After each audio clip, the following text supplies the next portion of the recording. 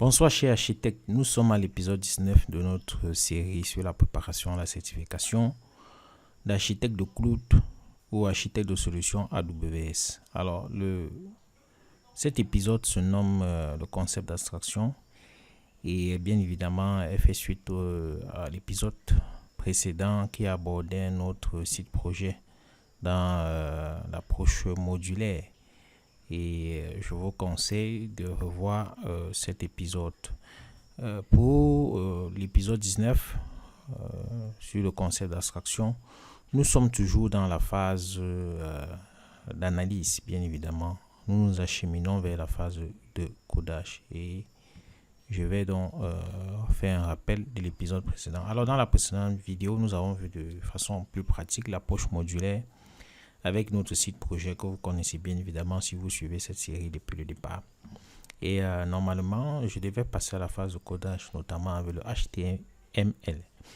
Mais je reste toujours convaincu et je ne fais que le répéter que la phase de codage est la phase en termes de gestion du temps. C'est la phase qui prend le moins de temps si vous avez fait une bonne phase d'analyse. Parce que la phase de codage n'est que la transcription à travers le code des instructions à la machine, des instructions que vous avez préalablement établies, mûrement réfléchies. C'est pour cela que dans certains cours d'introduction à la programmation, lorsqu'on commence le cursus, on ne vous passe pas directement à la phase de codage. On fait ce qu'on appelle, il y a une phase intermédiaire qu'on appelle le pseudocode.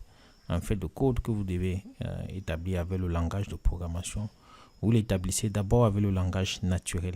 Donc, cette phase intermédiaire est inscrite pour vous permettre de renforcer votre phase d'analyse, votre phase de réflexion, parce qu'en réalité, l'informatique se résume à résoudre les problèmes, apporter des solutions face à des problèmes bien précis. Et lorsque vous voulez coder, c'est la solution que vous implémentez à travers le code que vous écrivez. Donc, c'est pour cela que je prends la peine de m'attarder sur la phase d'analyse. Et lorsqu'on abordera la phase de codage, je pense que j'irai beaucoup plus vite que cette phase. J'insiste là-dessus parce que j'ai constaté cela et j'ai vécu. Lorsque moi j'apprenais les cours de programmation, de développement, je pouvais reproduire, comme je l'ai dit tantôt dans le texte, il y a un nombre d'apprenants qui codent sans comprendre ce qu'ils font. J'insiste là-dessus. Ils croient comprendre mais ils ne comprennent pas. En suivant juste l'exemple du formateur. Et comme ils obtiennent le même résultat que le formateur, ils croient connaître. Cela devient compliqué lorsque vous leur demandez de développer un site web. Il y a beaucoup de développeurs, si vous prenez même un site web classique de base, même le propre site web personnel, vous leur demandez d'expliquer l'architecture, comment on peut arriver à ce site et ce qu'on peut utiliser. Il y a beaucoup qui vont vaciller. Ils ne sauront même pas reproduire le site le plus élémentaire.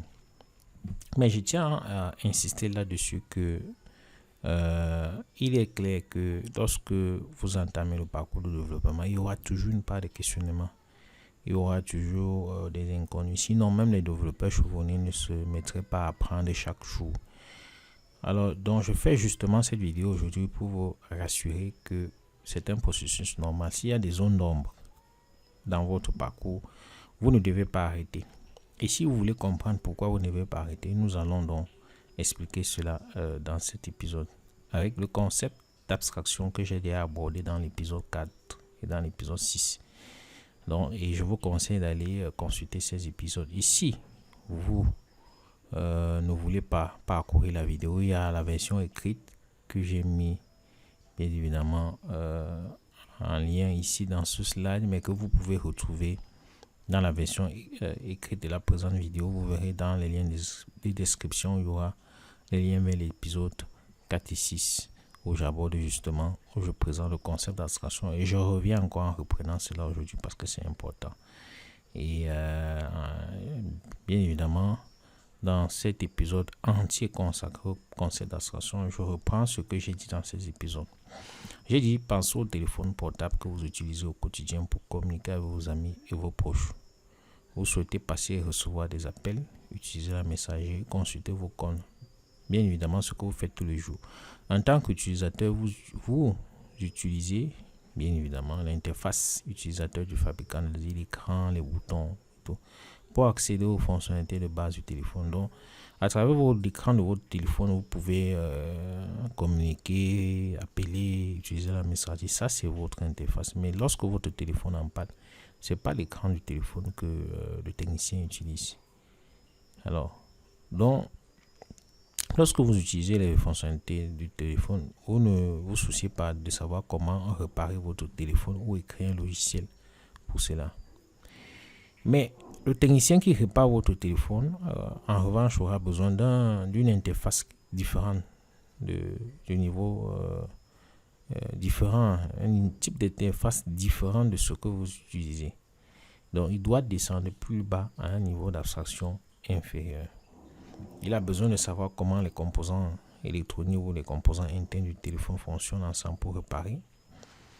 Si c'est un ingénieur logiciel qui doit proposer une application pour le téléphone, il doit savoir comment les sous-systèmes logiciels interagissent. Il doit également se préoccuper du système d'exploitation du téléphone. Si c'est un Android, il y a une façon de développer les applications pour les téléphones Android. Si c'est du iOS, Apple, il y a une façon de développer les applications et les logiciels pour les iOS. Donc, c'est un autre niveau d'abstraction. Cette même analyse peut s'appliquer aux ordinateurs. Vous utilisez vos ordinateurs pour écouter de la musique, envoyer des emails, jouer à des jeux. Et voilà, vous utilisez des applications, mais tout ce qui est à l'intérieur, ça ne vous concerne pas. Lorsque votre ordinateur est en panne, vous allez vers un technicien qui connaît tout ce qui se passe à l'intérieur. La même approche peut se faire pour ce qui concerne les véhicules. Le véhicule, vous avez vos interfaces, clé de démarrage, volant, tableau de bord, pédale, levier de vitesse et autres. Mais lorsque le véhicule est en panne, vous sollicitez un mécanicien qui sait comment les choses, les sous-systèmes interagissent, qui sait comment lorsque vous appuyez la pédale d'accélération, quels sont les éléments qui interagissent pour permettre au véhicule d'accélérer, car il a besoin de ça pour interfacer, intervenir dans son niveau d'abstraction. Alors, quel est le lien entre l'abstraction et le développement web? La même chose. Lorsque vous surfez sur Internet, vous faites vos achats, vous allez sur les réseaux sociaux pour échanger avec vos proches, vous allez à YouTube pour visionner vos vidéos, vous êtes dans votre site préféré, le site de votre journal préféré. Mais lorsque vous êtes développeur web, bien évidemment, les choses sont tout à fait différentes. Lorsque vous voulez faire vos achats, vous faites juste un clic, vous mettez dans le panier et on vous livre. Mais lorsque vous êtes développeur, vous devez savoir ce qui se passe en arrière-plan, comme le mécanicien doit savoir ce qui se passe en arrière-plan. Vous devez savoir ce qui se passe lorsqu'on clique le bouton, comment on fait pour avoir le bouton sur lequel l'utilisateur va cliquer. Donc, vous passez de l'autre côté comme le mécanicien de l'autre côté. Lorsque la boîte de vitesse est en panne, le mécanicien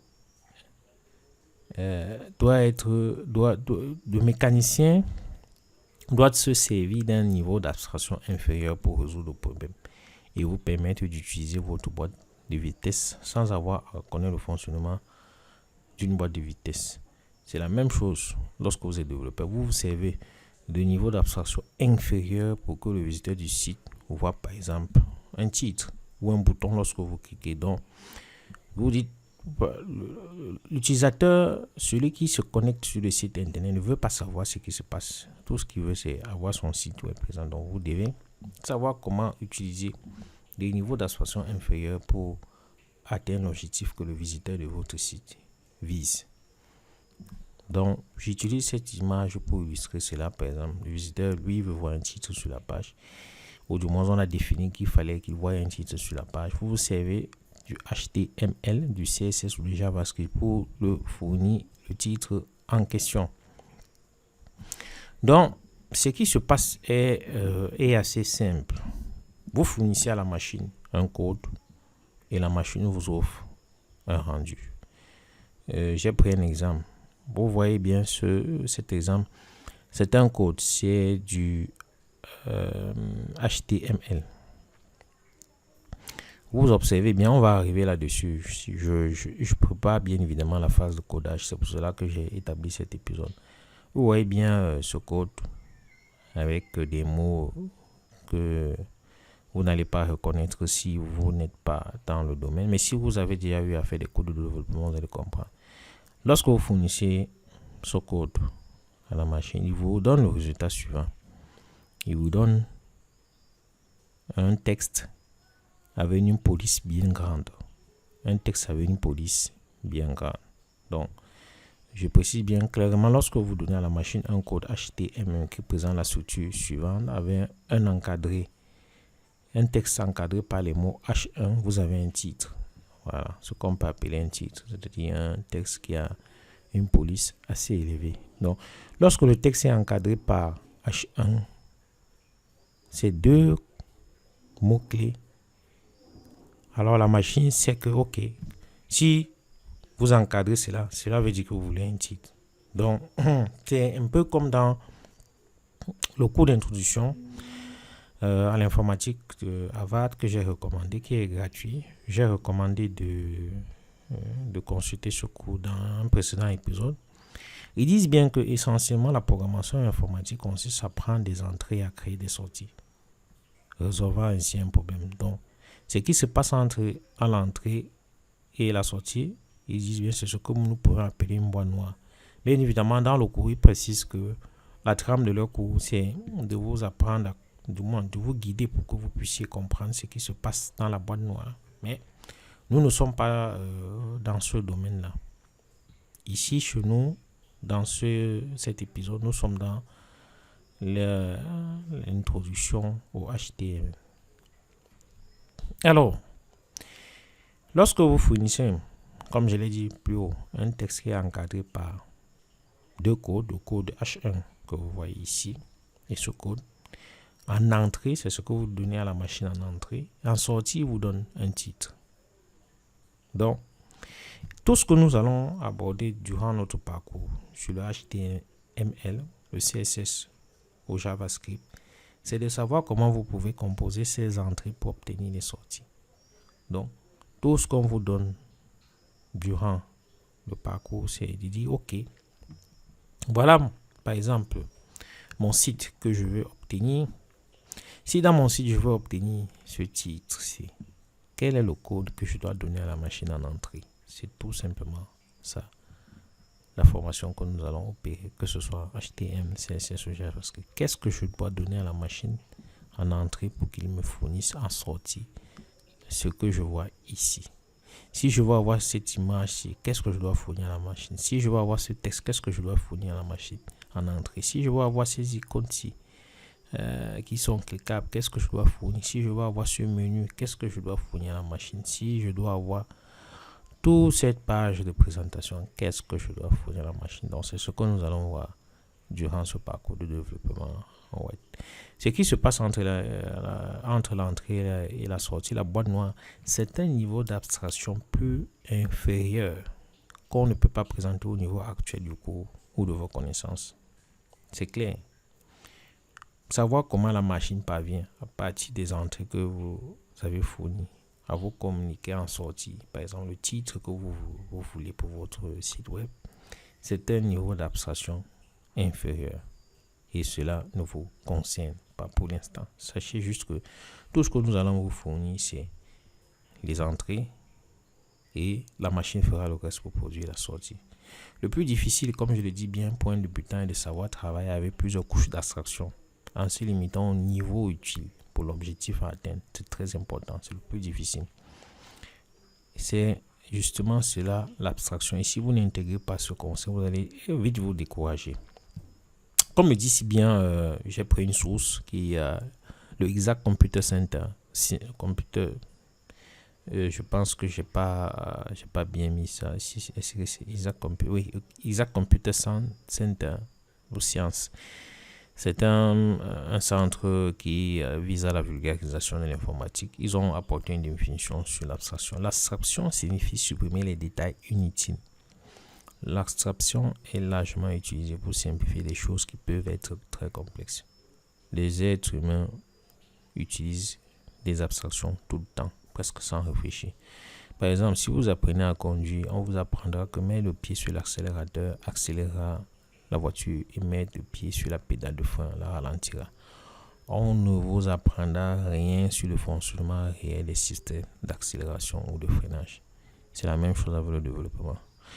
Dans notre parcours, on vous apprend juste en entrée, mettez ce code-ci et en sortie, vous aurez ceci. Vous vous limitez à ça pour votre niveau actuel de connaissance. C'est pour cela que vous retrouvez des débutants qui passent leur temps sur Internet à rechercher les ressources les plus meilleures pour apprendre le HTML, les ressources les plus meilleures. Eh bien, ils passent beaucoup plus de temps à rechercher les ressources pour apprendre qu'à apprendre. Et à la fin, ils tournent, ils se découragent, ils abandonnent parce qu'ils cherchent ce qu'ils ne trouveront en chemin.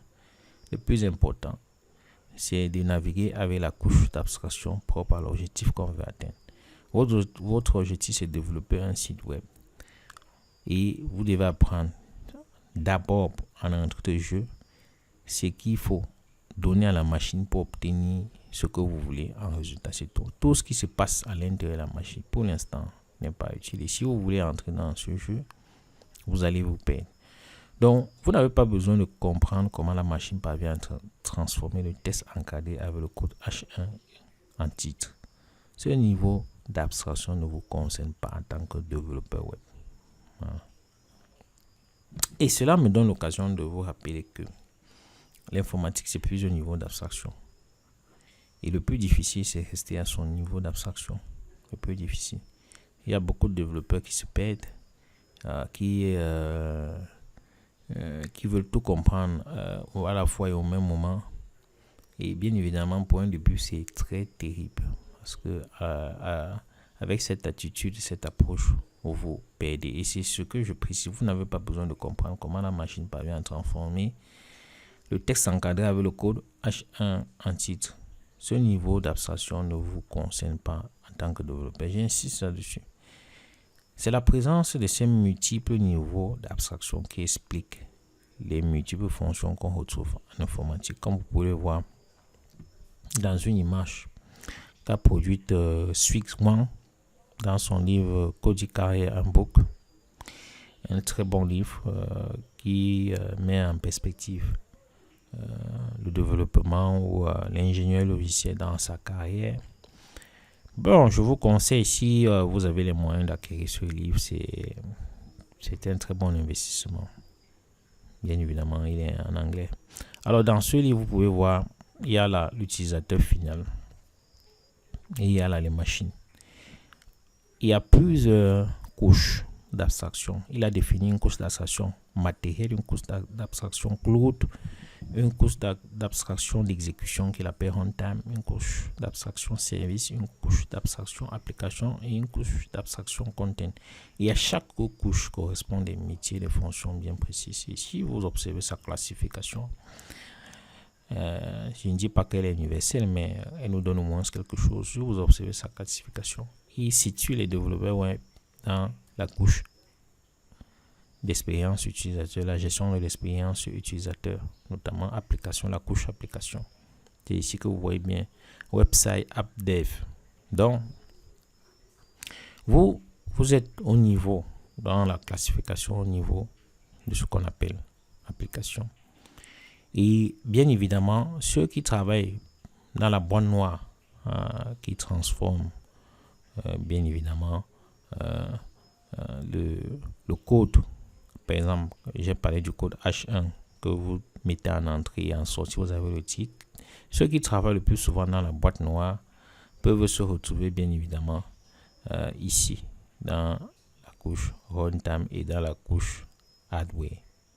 Ici, vous pouvez retrouver les deux couches runtime et hardware. Donc, il y a des ingénieurs qui travaillent dans ces deux couches pour fournir à la machine les outils dont il a besoin pour savoir, lorsque le code est entré, il faut produire le titre. Vous n'avez pas besoin de savoir comment eux ils le font. Non, tout ce que vous avez besoin de savoir, c'est la syntaxe, le code qu'il faut fournir à la machine. Eux, ils ont déjà travaillé la compréhension de ce code dans le langage de la machine. Votre travail, c'est juste de savoir en entrée ce que vous devez fournir à la machine pour qu'il vous donne en sortie l'outil. Donc, il faut rester à votre couche en tant que développeur. Et bien évidemment, cela va faciliter votre apprentissage. Donc, c'est pour cela que vous voyez dans le développement web, il y a des multiples couches d'abstraction. Et justement, le travail en équipe, c'est cela. L'intérêt du travail en équipe. Il y a des designers, des développeurs, des testeurs. Vous ne pouvez pas tout maîtriser dans la structure. Donc, ce que nous allons faire, c'est bien évidemment nous limiter à notre niveau d'abstraction par rapport à l'objectif qui est de vous donner des bases, des fondamentaux en développement web pour votre objectif de certification. Et j'ai bien précisé que le concept de travail en équipe est très important. C'est pour cela que dans l'épisode 2, lorsque je balayais la fonction d'architecte, j'ai bien présenté les descriptions de postes où vous allez observer qu'il y a des compétences relationnelles qui sont requises. Ces compétences relationnelles ne sont pas requises au hasard, c'est parce que bien évidemment, comme je l'ai dit, ces multiples niveaux d'abstraction se retrouvent à toutes les couches. Si vous êtes architecte, Claude, sachez que vous n'allez pas tout faire seul. Il y a des niveaux encore d'abstraction à l'intérieur que vous n'allez pas maîtriser. Il y a d'autres qui savent mieux utiliser ça. Donc, c'est ça le plus difficile lorsque vous êtes débutant. C'est de vous limiter à votre niveau d'abstraction et de travailler là-dessus pour fournir le meilleur résultat à ce niveau d'abstraction. Donc, c'est pour cela que j'ai souhaité faire une vidéo entière, un épisode entier là-dessus, parce que ça a beaucoup plus une visée psychologique, aussi d'organisation. Parce que si vous connaissez et vous limitez à votre niveau d'abstraction, les choses sont plus simples. Et même lorsque vous filtrez l'information que vous recevez d'Internet, même lorsque vous définissez votre plan d'apprentissage, vous allez savoir séparer le bon grain du livret. Donc, pour conclure cette partie rapidement, nous allons amorcer la phase de codage dans le prochain épisode, en commençant par le HTML. Mais dans le prochain épisode, je vais juste faire une présentation de notre plan que nous allons dérouler pour ce qui concerne le HTML. C'est vrai, cela ne va pas être beaucoup de choses. Je pense en une semaine, la semaine prochaine, nous allons balayer tout ce qui concerne le HTML en une semaine. Parce que comme j'ai dit, mon approche pédagogique est orientée projet. Et nous avons déjà notre site projet, vous le savez bien évidemment. J'ouvre rapidement le site pour que vous puissiez voir notre site projet. Pour ceux qui ne sont pas abonnés à la page et qui ne savent pas nos évolutions, mais sachez que nous avons un site web projet. Et voilà notre site web projet que nous allons tenter de reproduire durant ce cours. Et je dois dire que il ne faut pas perdre de vue que l'objectif de tout ce que je fais, ce n'est pas de faire de vous des développeurs web. L'objectif, c'est la préparation à la certification. Mais de mon parcours, j'ai compris que les fondamentaux sont solides. Et il y a beaucoup de choses qui échappent parce que les fondamentaux ne sont pas l'un des fondamentaux, ou l'un des fondamentaux, si je peux dire ça comme ça, que j'ai défini, c'était le développement web. Donc, je ne vais pas me plonger dans une présentation complète. Je vais juste donner l'essentiel, notamment ce qu'on appelle le 20-80. Donc, c'est-à-dire 20% de ce que je vais vous donner sera utile pour 80% des cas que vous allez rencontrer.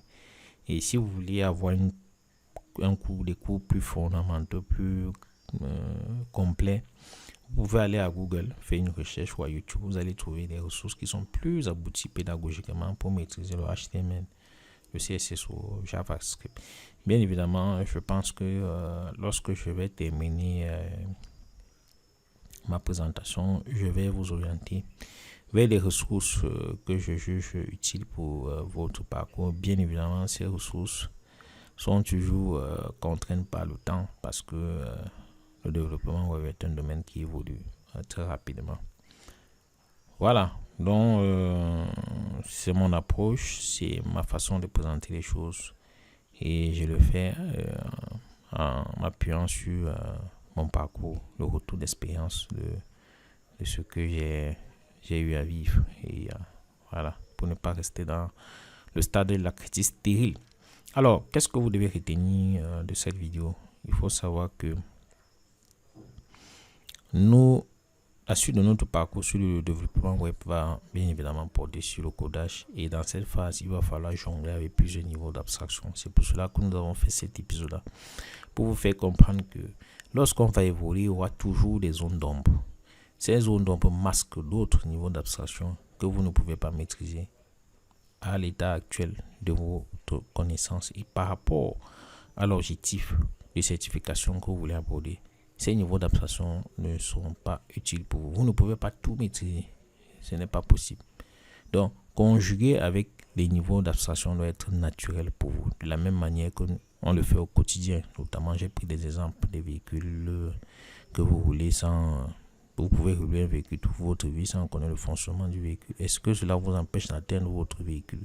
Votre objectif qui est de quitter d'un point A à un point B? Non. C'est la même chose avec le développement. Vous pouvez mettre votre code comme je l'ai illustré, H1, le code pour avoir le titre. Toute votre vie sans connaître comment la machine transforme ce code en titre. Cela n'empêche en rien votre travail. Donc, conjuguer avec les différents niveaux d'abstraction doit être naturel pour vous. Si vous voulez réussir. Pas seulement pour le développement web, mais pour tout le champ, que ce soit l'architecture ou d'autres champs liés à l'informatique. Voilà ce que je pouvais dire pour cette partie, pour cette vidéo très importante sur l'abstraction. Demain, nous allons présenter notre programme très simple sur le HTML. Je vais essayer de compresser ce programme sur 5 jours pour que la semaine prochaine soit consacrée uniquement au HTML. Bien évidemment, j'ai dit que je ne vais pas faire une présentation complète. Ce sera du 20% de l'essentiel pour 80% des tâches que vous allez rencontrer. Si plus tard, nous nous trouvons devant une situation que nous n'avons pas abordée dans le HTML, nous allons revenir là-dessus. Mais pas revenir pour en faire un cours complet, mais revenir pour essayer de vous apprendre comment on peut gérer une situation inconnue, un problème nouveau à partir de la documentation, à partir de la recherche. C'est dans ce sens que je vais essayer d'aborder des points périphériques. Mais cela ne sera pas un cours complet sur le HTML. Sur ce, je vous remercie et on se retrouve dès demain pour présenter notre programme de la semaine prochaine sur le HTML. À demain.